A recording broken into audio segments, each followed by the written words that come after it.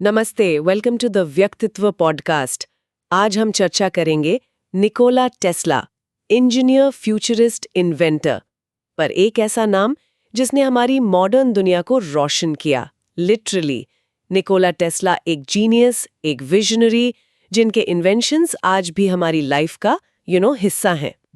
पर उनकी कहानी सिर्फ जबरदस्त दिमागी उड़ान की नहीं है, बल्कि इसमें कंपटीशन, अधूरे सपने और कुछ हैरान करने वाले रहस्य भी शामिल हैं। बिल्कुल। आज हमारे पास जो विकिपीडिया और कुछ आर्टिकल्स हैं, उनके आधार पर हम टेस्ला की जिंदगी और उनके काम की गहराई में उतरेंगे।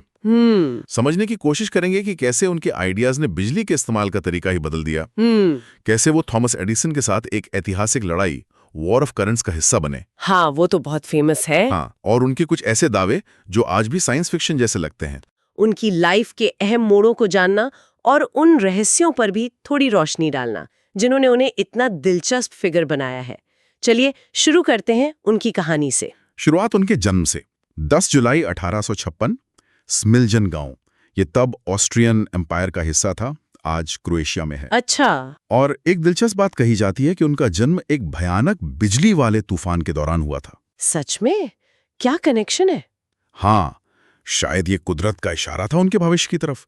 वो एक एथनिक सर्ब परिवार से थे। कमाल है। और उनका पारिवारिक माहौल भी काफी अलग था। पिता म्यूरटन टेस्ला एक ईस्टर्न ऑर्थोडॉक्स प्रीस्ट थे। हाँ, प्रीस्ट थे। लेकिन माँ डूका मांडेज पढ़ी लिखी न होते हुए भी कमाल की थीं। उनमें घर के लिए मैकेनिकल टूल्स बनाने का हुनर था। हाँ, और कहते हैं लंबी सर्बियन कविताएं ज़बानी याद रख लेती थीं। अरे वाह। टेस्ला खुद मानते थे कि उनकी इन्वेंट करने की क्षमता और फोटोग्राफिक मेमोरी, जिसे आइडेटिक मेमोरी कहते हैं, हाँ, आइडेटिक मेमोरी, वो उन्हें माँ से ही मिली थी। बिल्कुल। उनकी formal education grass university of technology में इंजीनियरिंग और फिजिक्स में शुरू हुई 1870s में, पर उन्होंने डिग्री पूरी नहीं की। डिग्री पूरी नहीं की? क्यों? कुछ रिपोर्ट्स कहती हैं कि तीसरे साल तक वो पढ़ाई में पिछड़ गए थे। शायद गैम्बलिंग की लत भी लग गई थी। ये सब बातें हैं, मतलब कंफर्म कहना मुश्किल है। बाद में प्राग यूनिवर्सिटी भी गए, पर सिर्फ लेक्चर सुनने, बिना किसी ग्रेड के।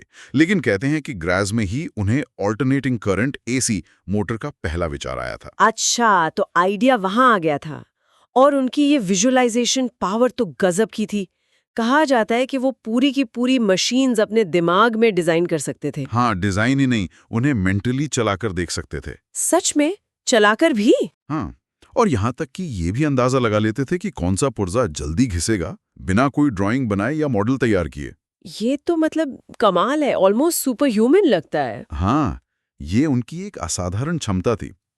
प्रैक्टिकल एक्सपीरियंस के लिए उन्होंने 1881 में बुडापेस्ट टेलीफोन एक्सचेंज में काम शुरू किया, टिवडार पुस्कास के अंडर। शुरू में तो चीफ इलेक्ट्रिशियन बने और टेलीफोन रिपीटर यानी एम्पलीफायर को बेहतर बनाया। फिर 1882 में पेरिस गए, कॉन्टिनेंटल एडिसन कंपनी के लिए। एडिसन की कंपनी के लिए पेरिस में? हाँ, कॉन्टिनेंटल एडिसन। वहां उन्होंने इंडोर लाइटिंग इंस्टॉलेशंस पर काम किया और जल्द ही डायनामोज और मोटर्स को डिजाइन और इम्प्रूव करने लगे। और फिर 1884 में वो अमेरिका आ गए। हाँ, ये बड़ा टर्निंग पॉइंट था। एडिसन के मैनेजर चार्ल्स बैचलर उन्हें न्यूयॉर्क में एडिसन मशीन वर्क्स ले आए।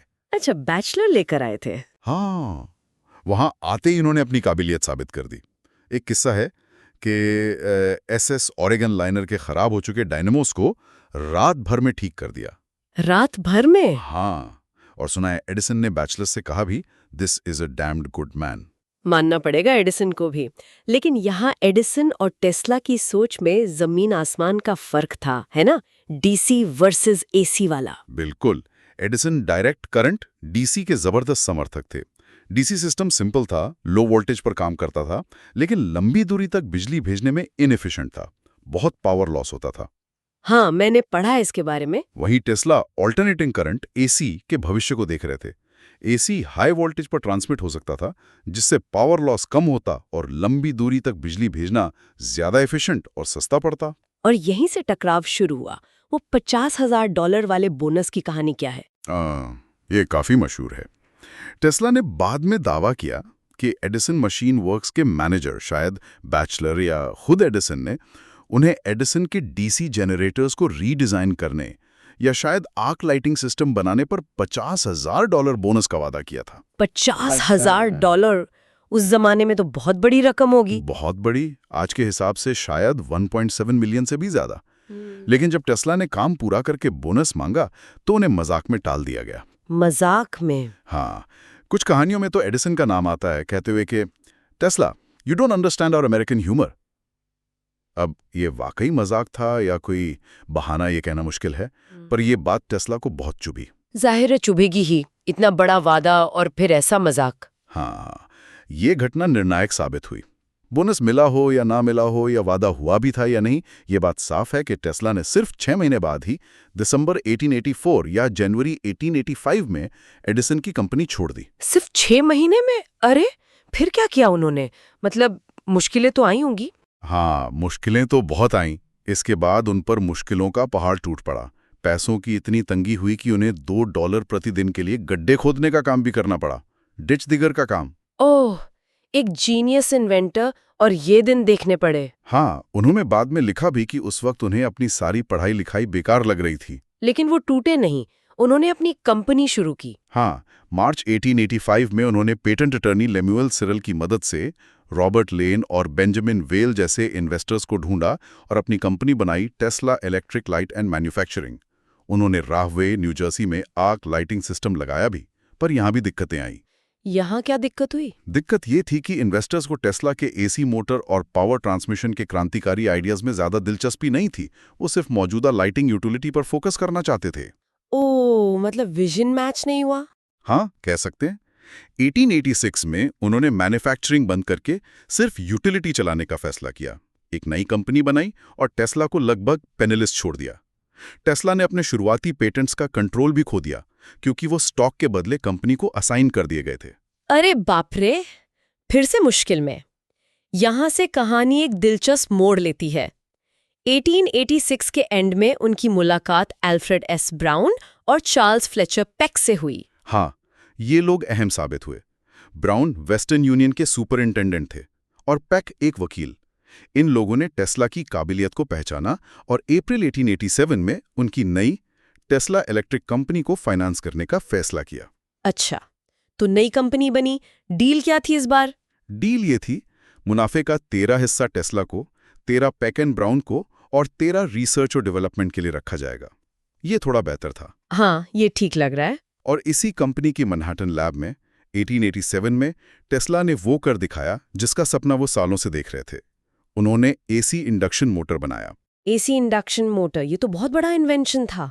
हाँ, ये मोटर पॉलीफेज करंट पर चलता था, मतलब एक साथ चलने वाली कई एसी करंट्स पर। इसकी खासियत थी कि ये सेल्फ स्टार्टिंग था और इसमें कम्यूटेटर नहीं था। कम्यूटेटर नहीं था, इसका क्या मतलब हुआ? कम्यूटेटर वो हिस्सा होता है जो डीसी मोटर्स में स्पार्क्स पैदा करता है और जिसकी वजह से मेंटेनेंस ज़्यादा होती है। तो कम्यूटेटर ना होने से ये मोटर ज़्यादा रिलायबल और कम मेंटेनेंस वाला था। इस मोटर ने एसी पावर सिस्टम की नींव रखी। कमाल है। उन्होंने इसे मई 1888 में पेटेंट करवाया और American institute of electrical engineers, जो आज IEEE के नाम से जाना जाता है, के सामने डेमोन्स्ट्रेट किया। हाँ, और ये डेमो कामयाब रहा। इसने जॉर्ज वेस्टिंगहाउस का ध्यान खींचा। वेस्टिंगहाउस, वो तो एडिसन के बड़े प्रतिद्वंदी थे। बिल्कुल, वेस्टिंगहाउस खुद एसी सिस्टम को प्रमोट कर रहे थे और एडिसन के डीसी सिस्टम से कंपटीशन कर रहे थे। उन्हें टेस्ला के मोटर और पॉलीफेज पेटेंट्स की अहमियत फौरन समझ आ गई। तो क्या वेस्टिंगहाउस ने उन्हें खरीद लिया? हाँ, वेस्टिंगहाउस ने इटली के गैलीलियो फरारिस के मिलते जुलते मोटर के बारे में भी सुना था, पर उन्हें लगा कि टेस्ला का पेटेंट ज्यादा मजबूत है। जुलाई 1888 में वेस्टिंगहाउस ने ब्राउन और पेक के साथ डील की। टेस्ला के पॉलीफेज एसी पेटेंट्स को $60,000 नकद और स्टॉक में खरीदा गया और साथ ही हर एसी हॉर्स पावर पर $2.5 रॉयल्टी देने का अग्रीमेंट हुआ। $2.5 प्रति हॉर्स पावर? ये तो बहुत बड़ी रॉयल्टी हो सकती थी अगर एसी चल जाता तो। हाँ बिल्कुल, वेस्टिंगहाउस ने टेस्ला को $2,000 प्रति माह की कंसल्टेंट फी पर 1 साल के लिए पिट्सबर्ग की अपनी लैब्स में भी बुलाया। तो अब टेस्ला और वेस्टिंगहाउस एक टीम थे, लेकिन पिट्सबर्ग में भी सब आसान नहीं था, है ना? कुछ मतभेद हुए थे। हाँ, हुए थे। वेस्टिंगहाउस के इंजीनियर्स और टेस्ला के बीच एसी पावर को इम्प्लीमेंट करने के तरीकों पर मतभेद थे। टेस्ला 60 साइकिल एसी सिस्टम चाहते थे, जो मान लिया गया। अच्छा, ये 60 हर्ट्ज वाला स्टैंडर्ड टेस्ला की वजह से है? हाँ, काफी हद तक। लेकिन उनका इंडक्शन मोटर स्ट्रीट कार्स के लिए ठीक नहीं बैठा, क्योंकि वो कांस्टेंट स्पीड पर चलता था। इसलिए स्ट्रीट कार्स में डीसी मोटर्स ही इस्तेमाल होते रहे। ओ, और इसी दौरान वो वॉर ऑफ करंट्स भी चल रही थी एडिसन और वेस्टिंगहाउस के बीच। हाँ, जोरों पर थी। वेस्टिंगहाउस और एडिसन के बीच जबरदस्त लड़ाई चल रही थी। एडिसन की कंपनी एसी को खतरनाक बताकर डीसी को प्रमोट करने के लिए हर हथकंडा अपना रही थी। मैंने सुना है वो जानवरों को एसी करंट से मारने जैसे पब्लिक डेमोन्स्ट्रेशंस भी करते थे, ये दिखाने के लिए कि एसी कितना खतरनाक है। हाँ, करते थे। ये सब एसी की इमेज खराब करने के लिए था। इस माहौल में वेस्टिंगहाउस पर बहुत दबाव था। और फिर 1890 में एक बड़ा फाइनेंशियल क्राइसिस आया, बैरिंग्स बैंक वाला। हाँ, लंदन के बैरिंग्स बैंक के कोलैप्स होने से इन्वेस्टर्स ने वेस्टिंगहाउस इलेक्ट्रिक से अपने लोन वापस मांगने शुरू कर दिए। कंपनी दिवालिया होने की कगार पर आ गई। बाप रे, तो फिर क्या हुआ? नए लेंडर्स ने खर्चों में भारी कटौती की मांग की और इसमें टेस्ला की रॉयल्टी भी शामिल थी, जो सालाना $15,000 गारंटीड थी। दिक्कत यह थी कि टेस्ला का मोटर अभी तक कमर्शियली बहुत सफल नहीं हुआ था और डेवलपमेंट स्टेज में ही था।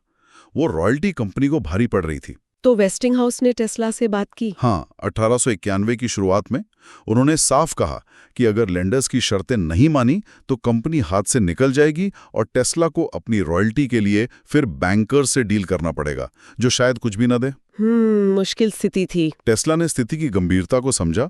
उन्होंने शायद ये सोचा कि वेस्टिंगहाउस का कंपनी पर कंट्रोल बना रहना उनके एसी सिस्टम के भविष्य के लिए ज्यादा जरूरी है। तो उन्होंने रॉयल्टी छोड़ दी। हाँ, अपनी मर्जी से। हाँ, उन्होंने अपनी रॉयल्टी वाले क्लॉज को कॉन्ट्रैक्ट से हटाने पर सहमति दे दी। ये एक बहुत बड़ा फैसला था।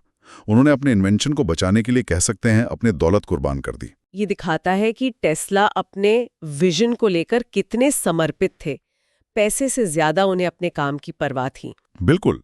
बाद में 1897 में वेस्टिंगहाउस ने टेस्ला के पेटेंट्स को $216,000 की लंप सम पेमेंट में खरीद लिया, जब उनका जनरल इलेक्ट्रिक, जो एडिसन और थॉमसन ह्यूस्टन के मर्जर से बनी थी, के साथ पेटेंट शेयरिंग अग्रीमेंट हुआ। $216,000 भी अच्छी रकम थी, लेकिन वो रॉयल्टी शायद इससे कहीं ज्यादा होती। हाँ, इस रॉयल्टी वाले फैसले पर आज भी बहस होती है कि टेस्ला ने कितना पैसा गंवा दिया, पर इस पैसे ने और पेटेंट्स बेचने से मिले पैसों ने टेस्ला को फाइनेंशियली इंडिपेंडेंट बना दिया। अच्छा, तो अब वो अपने दम पे रिसर्च कर सकते थे। हाँ, उन्होंने मैनहट्टन में अपनी लैब्स बदली और 1890s का दशक उनके लिए जबरदस्त इनोवेशन का दौर साबित हुआ। मार्क ट्वेन जैसी हस्तियां भी उनकी लैब में उनके प्रयोग देखने आती थी। Mark Twain? मशहूर लेखक। हाँ, वही। वो टेस्ला के दोस्त बन गए थे और उनकी लैब में अक्सर आते थे। वाह, तो इस दशक के कुछ बड़े कारनामे क्या थे? कई थे। 1891 में आया टेस्ला कॉइल। ये एक तरह का ट्रांसफॉर्मर था जो बहुत हाई वोल्टेज और हाई फ्रीक्वेंसी एसी पैदा करता था। टेस्ला कॉइल, हाँ, ये तो बहुत फेमस है, स्कूलों में भी दिखाते हैं। हाँ, ये हाइंड्रिक हर्ट्ज के इलेक्ट्रोमैग्नेटिक वेव्स पर किए गए काम से प्रेरित था, लेकिन टेस्ला का फोकस वायरलेस पावर ट्रांसमिशन पर था। इसी कॉइल की मदद से उन्होंने पब्लिक डेमोन्स्ट्रेशंस में बिना तारों के लाइट बल्ब्स जलाकर दिखाए।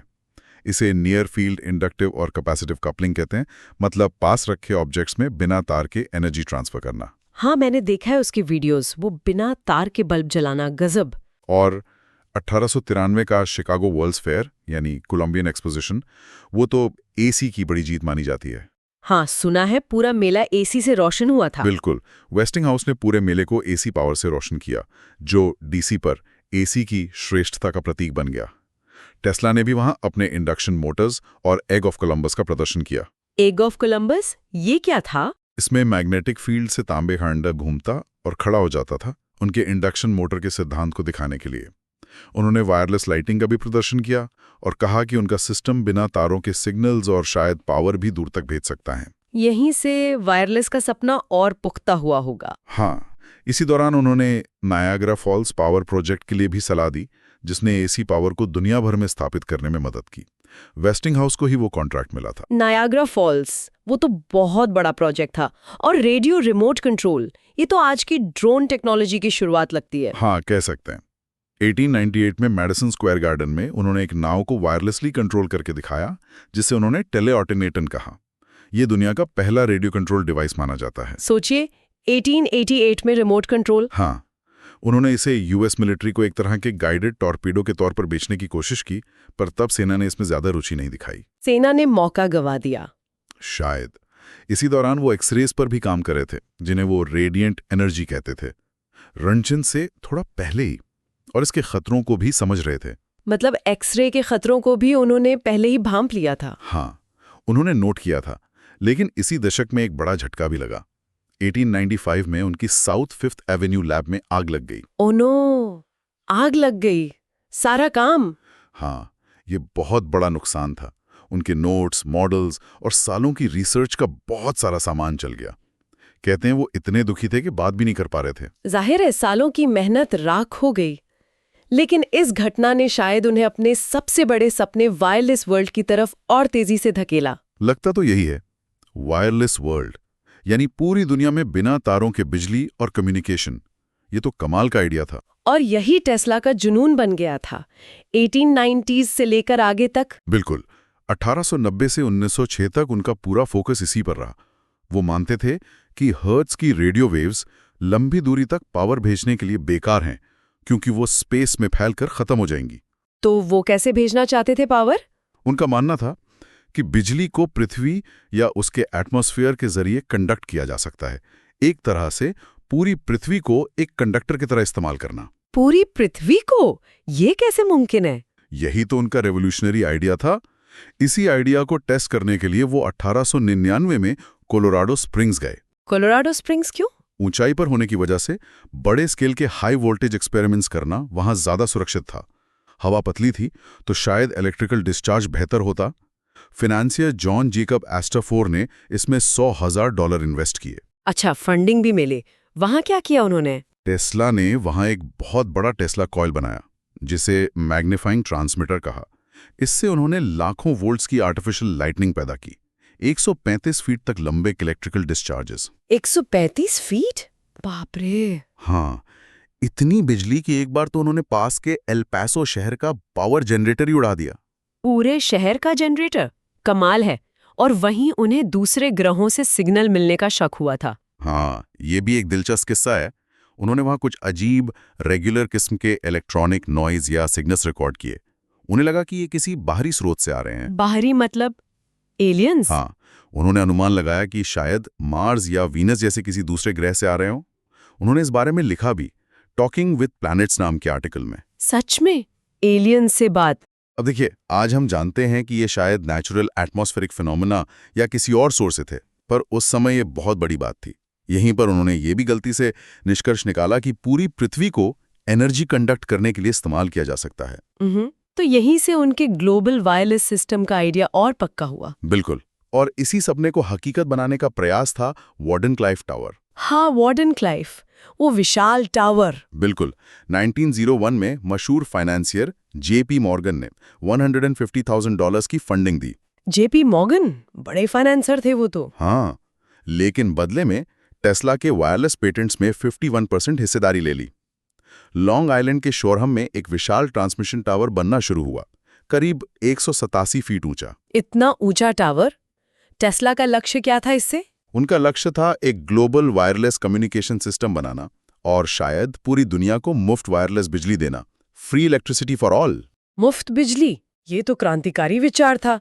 लेकिन फिर क्या हुआ? प्रोजेक्ट क्यों रुक गया? ये तो बन जाना चाहिए था। कई कारण थे। पहला, दिसंबर 1901 में गुग्लियल्मो मार्कोनी ने सफलतापूर्वक अटलांटिक ओशन के पार पहला वायरल सिग्नल सिर्फ एस अक्षर भेज दिया। मार्कोनी टेस्ला के प्रतिद्वंद्वी? हाँ, भले ही टेस्ला का सिस्टम ज्यादा एडवांस्ड रहा हो, मार्कोनी की इस कामयाबी ने इन्वेस्टर्स का ध्यान खींच लिया। लोगों को लगा मार्कोनी का सिस्टम काम कर रहा है। अच्छा, तो फंडिंग मार्कोनी की तरफ जाने लगी। हाँ, दूसरा, मॉर्गन को जब पता चला कि टेस्ला सिर्फ कम्युनिकेशन नहीं बल्कि फ्री पावर डिस्ट्रीब्यूशन का इरादा रखते हैं, तो उन्होंने और पैसा देने से इनकार कर दिया। क्यों? मुफ्त बिजली में क्या बुराई थी? मॉर्गन मुनाफा चाहते थे। मुफ्त बिजली से पैसा कैसे कमाते? उन्होंने कहा, if anyone can draw on the power, where do we put the meter? Oh, मतलब बिजनेस एंगल आ गया। बिल्कुल, फाइनेंशियल मार्केट भी टेस्ला के खिलाफ हो गया। प्रोजेक्ट 1905 में पूरी तरह बंद हो गया। टेस्ला दिवालिया हो गए और कहा जाता है कि उन्हें गहरा सदमा लगा, नर्वस ब्रेकडाउन हुआ। वार्डन-क्लिफ प्रॉपर्टी मॉर्गेज हो गई और बाद में तोड़ दी गई। ये तो उनके जीवन का सबसे बड़ा झटका रहा होगा। इतना बड़ा सपना टूट गया। वॉर्डनक्लिफ के बाद उनका जीवन कैसा रहा? वॉर्डनक्लिफ के बाद टेस्ला फाइनेंशियल मुश्किलों से जूझते रहे। वो नए पेटेंट्स डेवलप करने और बेचने की कोशिश करते रहे, जैसे 1906 में ब्लेडलेस टरबाइन का प्रदर्शन किया। ब्लेडलेस टरबाइन, बिना ब्लेड के? हाँ, ये भी उनका एक अनोखा डिजाइन था। ये कुछ हद तक सफल भी रहा, खासकर स्पीडोमीटर्स में इस्तेमाल हुआ। ऑलिस चाल्मर्स जैसी कंपनियों ने इसमें रुचि दिखाई। अच्छा, और वो मार्कोनी वाला केस? हाँ, उन्होंने मार्कोनी कंपनी पर पेटेंट इन्फ्रिंजमेंट का मुकदमा भी किया। केस तो वो जीते नहीं, पर आखिरकार उनकी मृत्यु के बाद 1943 में यूएस सुप्रीम कोर्ट ने आंशिक रूप से उनके पक्ष में तय किया, दूसरे इन्वेंटर जैसे लॉज और स्टोन के साथ उनके प्रायर वर्क को मान्यता देकर। मतलब रेडियो का क्रेडिट सिर्फ मार्कोनी को नहीं मिला। देर से ही सही, पर कुछ तो मान्यता मिली। लेकिन वो कभी अपनी पुरानी आर्थिक स्थिति हासिल नहीं कर पाए। नहीं, कभी नहीं। उनके ज्यादातर पेटेंट्स एक्सपायर हो चुके थे। वो ऑफिस बदलते रहे, होटलों में रहे, पर पैसे की तंगी बनी रही। और उनकी निजी जिंदगी? सुना है वो काफी विलक्षण, एक्सेंट्रिक थे। उनकी आदतें बहुत अजीब थीं। हाँ, उनकी आदतें काफी अनोखी थी। वो महंगे होटलों में रहते थे, जैसे वॉल्डोर्फ एस्टोरिया, पर अक्सर बिल चुकाए बिना निकल जाते थे। बिल चुकाए बिना? हाँ, बाद के सालों में 1934 से वेस्टिंगहाउस कंपनी ने उन्हें $125 प्रति माह की कंसल्टिंग फी और उनका किराया देना शुरू किया, शायद अपनी कंपनी की खराब पब्लिसिटी से बचने के लिए। अच्छा, वेस्टिंगहाउस ने मदद की। और हाँ। वो कबूतरों वाली बात? हाँ, कबूतरों को दाना डालना उनका जुनून बन गया था, खासकर न्यूयॉर्क के पार्कों में। एक घायल सफेद कबूतर की देखभाल पर उन्होंने $2000 से ज्यादा खर्च कर दिए थे, ऐसा कहा जाता है। $2000 एक कबूतर पे? हाँ, 3 नंबर को लेकर उनका ऑब्सेशन था। हर काम 3 के सेट में करते थे। साफ सफाई को लेकर बहुत सतर्क रहते थे। जर्म फोबिया था, हाथ मिलाने से बचते थे। और सिर्फ 2 घंटे सोने का दावा? हाँ, दावा करते थे कि सिर्फ 2 घंटे सोते हैं, हालांकि ये शायद बढ़ा चढ़ाकर कहा गया हो। और उन्होंने विज्ञान के लिए आजीवन अविवाहित रहने का फैसला किया था। कहते थे कि ये उनके काम के लिए जरूरी है। काफी अलग शख्सियत थे। 1931 से उन्होंने अपने जन्मदिन पर प्रेस कॉन्फ्रेंसेस करना शुरू किया, जहां वो बड़े बड़े दावे करते थे। हाँ, ये उनके जीवन का एक और पहलू था। वो टाइम मैगजीन के कवर पर भी आए 75th जन्मदिन पर। इन कॉन्फ्रेंसेस में वो नए नए सनसनीखेज दावे करते थे। जैसे कि? क्या दावे थे? जैसे कॉस्मिक रे से चलने वाला मोटर 1932, आइंस्टाइन की फिजिक्स को चुनौती देने वाली नई एनर्जी थ्योरी 1933, आंखों की रेटिना से विचारों को फोटोग्राफ करने की तकनीक। विचारों को फोटोग्राफ करना, ये कैसे? हाँ, ऐसे ही दावे थे। और सबसे चर्चित टेलीफोर्स या डेथ रे 1934, एक पार्टिकल बीम वेपन जो उनके अनुसार हजारों मील दूर से दुश्मन के जहाजों और सेनाओं को नष्ट कर सकता था और युद्ध खत्म कर सकता था। डेथ रे, ये तो बहुत खतरनाक लगता है। हाँ, उन्होंने इसे एक डिफेंसिव वेपन बताया था। उन्होंने एक मैकेनिकल ऑसिलेटर से मैनहट्टन में भूकंप लाने का भी दावा किया था 1935। और टेलीजोक्योडायनेमिक्स यानी पृथ्वी की रेजोनेंस से कम्युनिकेशन या मिनरल्स खोजने का तरीका बताया। इनमें से कितने दावे सच थे या सिर्फ दावे ही थे? देखिए, कई दावे साबित नहीं हो पाए या अधूरे रह गए। हो सकता है कुछ शुरुआती आइडियाज हों, पर वो उन्हें पूरी तरह डेवलप नहीं कर पाए, या शायद फंडिंग नहीं मिली। कहना मुश्किल है। उनके वैज्ञानिक विचार भी काफी हटकर थे। मतलब वो मेन स्ट्रीम साइंस से अलग सोचते थे। बिल्कुल, वो इलेक्ट्रॉन थ्योरी और सब एटॉमिक पार्टिकल्स को नहीं मानते थे। जब पूरी दुनिया मान रही थी, वो एटम्स को अविभाज्य समझते थे। इलेक्ट्रॉन को नहीं मानते थे? हाँ, वो प्रकाश और ऊर्जा के लिए ईथर थ्योरी में विश्वास रखते थे, जिसे बाकी साइंस नकार चुकी थी। उन्होंने आइंस्टाइन की थ्योरी ऑफ रिलेटिविटी की आलोचना की, ये कहते हुए कि स्पेस कर्व नहीं हो सकता। आइंस्टीन की थ्योरी को गलत बताया। हाँ, और अपनी डायनामिक थ्योरी ऑफ ग्रेविटी बनाने का दावा किया, जो कभी प्रकाशित नहीं हुई। तो वो काफी हद तक अपने अलग ही रास्ते पर चल रहे थे। और उनके दार्शनिक और सामाजिक विचार, वो यूजेनिक्स वाला पॉइंट थोड़ा चौंकाने वाला है। हाँ, ये थोड़ा विवादास्पद है। उन्होंने यूजेनिक्स का समर्थन किया था, लेकिन बिना किसी मास्टर रेस के विचार के। उनका मानना था कि मानव दया ने प्रकृति के सर्वाइवल ऑफ द फिटेस्ट वाले नियम में बाधा डाली है। ये उस दौर के कुछ वैज्ञानिक विचारों से प्रभावित था, जिसे आज हम सही नहीं मानते। ये जानना जरूरी है। दूसरी तरफ वो मानते थे कि भविष्य में महिलाएं समाज में प्रमुख भूमिका निभाएंगी। उन्हें क्वीन बीज कहा। अच्छा, ये प्रोग्रेसिव सोच थी। धर्म पर उनके क्या विचार थे? उनकी ऑर्थोडॉक्स क्रिश्चियन अपब्रिंगिंग थी, पर बाद में वो खुद को पारंपरिक धार्मिक नहीं मानते थे। वो धार्मिक कट्टरता के खिलाफ थे, पर बुद्धिज्म और क्रिश्चियनिटी की शिक्षाओं का सम्मान करते थे।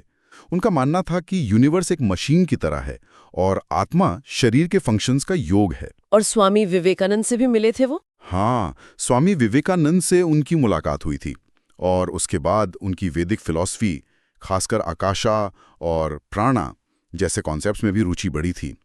वो इन आइडियाज को अपनी एनर्जी और मैटर की थ्योरी से जोड़ने की कोशिश कर रहे थे। दिलचस्प है ये कनेक्शन। और अंत में 7 जनवरी 1943 को होटल न्यूयॉर्क में उनकी मृत्यु हो गई। वो अकेले थे उस समय। हाँ, 86 साल की उम्र में कॉरोनरी थ्रोम्बोसिस से उनकी मृत्यु हुई। वो होटल न्यूयॉर्क के कमरे 3327 में अकेले रहते थे और वहीं मृत पाए गए। उससे कुछ साल पहले 1937 में एक टैक्सी एक्सीडेंट में घायल भी हुए थे, जिससे पूरी तरह उभर नहीं पाए थे। उनके जाने के बाद भी रहस्य बने रहे।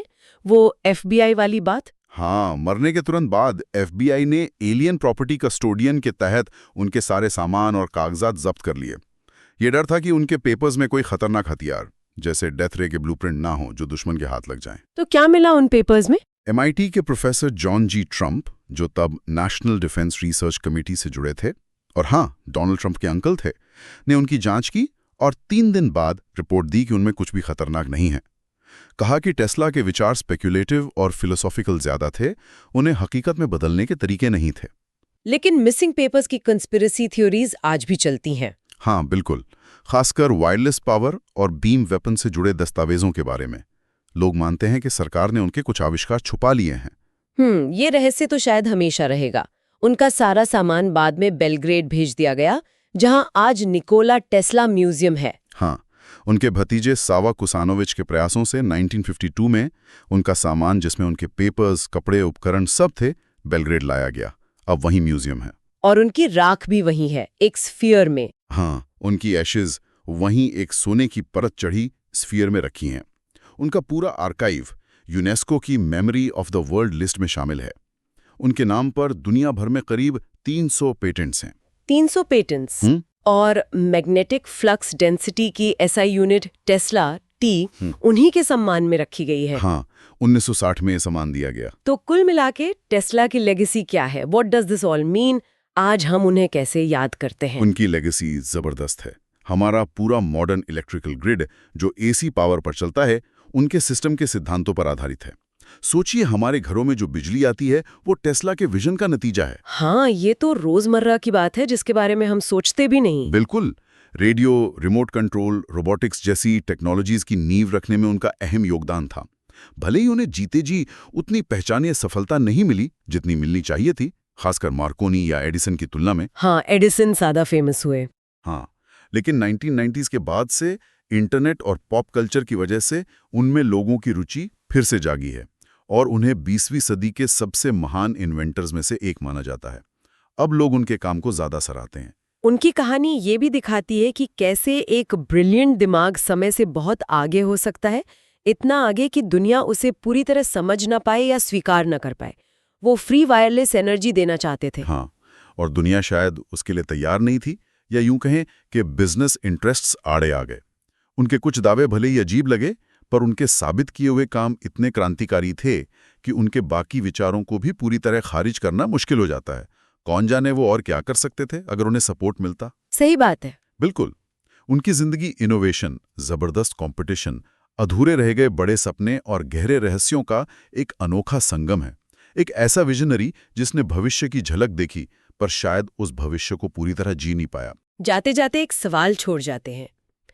टेस्ला ने दावा किया था कि उनका मैकेनिकल ऑसिलेटर पृथ्वी की नेचुरल फ्रीक्वेंसी से जुड़कर टेलीजियोडायनेमिक्स के जरिए कम्युनिकेशन या जमीन के नीचे छिपे खनिजों का पता लगा सकता है। हाँ, वो ऑसिलेटर वाला दावा जिससे उन्होंने भूकंप लाने की बात भी कही थी। हाँ, ये सुनने में साइंस फिक्शन जैसा लगता है ना, पर आज साइंस पृथ्वी की अपनी नेचुरल रेजोनेंट फ्रीक्वेंसीज जैसे शूमन रेजोनेंस को मानती है और स्टडी करती है। शूमन रेजोनेंस तो है। तो क्या टेस्ला के इन अजीब लगने वाले आइडियाज में भी कोई गहरी सच्चाई छिपी हो सकती थी जो हमारे आज के विज्ञान की समझ से भी परे हो? क्या वो वाकई पृथ्वी की रेजोनेंस को टैप करने के करीब थे? सोचने वाली बात है। बिल्कुल सोचने वाली बात है। उनके कौन से आइडिया सिर्फ सपने थे और कौन से हकीकत बन सकते थे, ये शायद हम कभी पूरी तरह नहीं जान पाएंगे। Okay, so we hope you liked our today's discussion. For more such discussions, subscribe to our channel Vyaktitva, the epic tales. धन्यवाद।